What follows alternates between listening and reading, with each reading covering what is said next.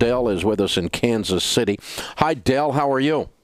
Dave, this is a thrill. Thank you so much for taking my call. Certainly. And what is your net worth? Well, Dave, I am 53 years old, and I can't even believe I'm saying this, but I am worth about $22 million. Goodness gracious. Okay, break that down for me, the big numbers. Dave, 98% probably is in real estate.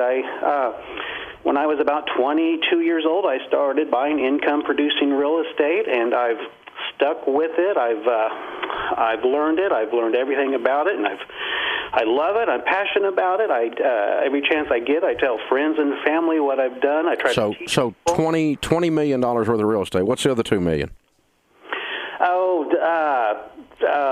My personal houses, which I guess is real estate, vehicles and, that kind of stuff. So do you have retirement accounts of any kind? Very minimal, probably $100,000 in some type of... So it is truly a pure real estate portfolio. Wow. It is. Pretty cool. And what's your degree in? Dave, I was lucky to get out of high school, and that is an honest...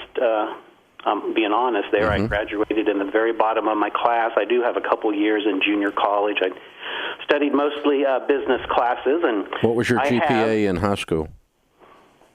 You know what? It's been 30-some years ago. Yeah. I have no idea. But low. It was low. It was low. Yeah, that's what you're saying. So I am guessing when I get to this debt question, you're going to tell me you did borrow money to create wealth, that you're going to say you borrowed money on this real estate. Dave, I can tell you, when I started out buying real estate, I use creative financing.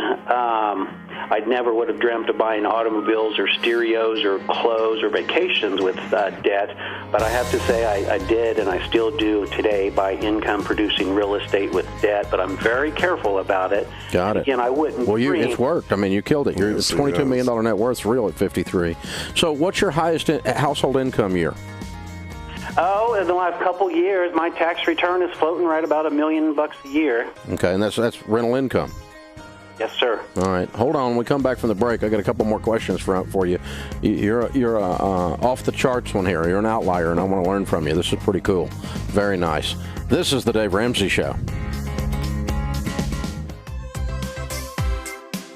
We talk to all kinds of millionaires who made their money in the music business, millionaires who are famous, millionaires who aren't, millionaires who borrowed money, millionaires who didn't, millionaires who bought new cars, millionaires who didn't, millionaires who graduated from high school, millionaires who have a PhD. We talk to all kinds of millionaires because all we care about is you're a millionaire, how'd you do that? And even if it doesn't necessarily line up with Dave Ramsey says this or Chris Hogan says this, it doesn't matter. We're learning from real millionaires how they really did it.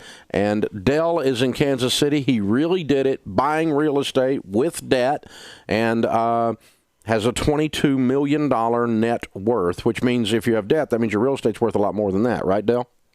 Yes, sir. What's your real estate worth total?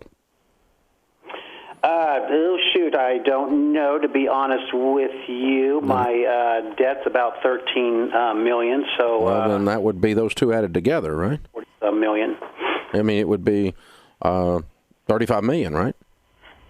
Yes. Because 35 minus 13 is 22, if that's your net worth, right? Yes, sir. Unless I'm missing something. Okay. So you did creative financing, and you've got a little bit of debt, but your debt is less than 30% of your net worth. You have a 70% equity position, right? Yes, that's true. Has it always been that way, or have you worked up to that? I've worked up to that. When I first started, I'd put down I was broke, so I'd put down the least amount of possible. I'd buy a little single-family house and rent it for the most possible. I'd work on the darn thing, and a couple years later, I'd refinance, take that cash, and I'd buy something bigger.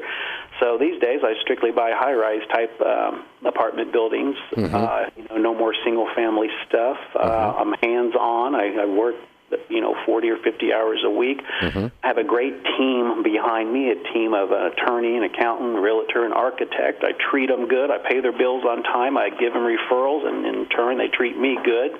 How much money of this $22 million did you inherit? Not a penny. Not a penny. Okay, cool.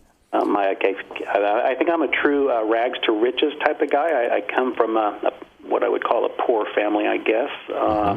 My family wasn't in real estate, and when I started, that was pre-internet.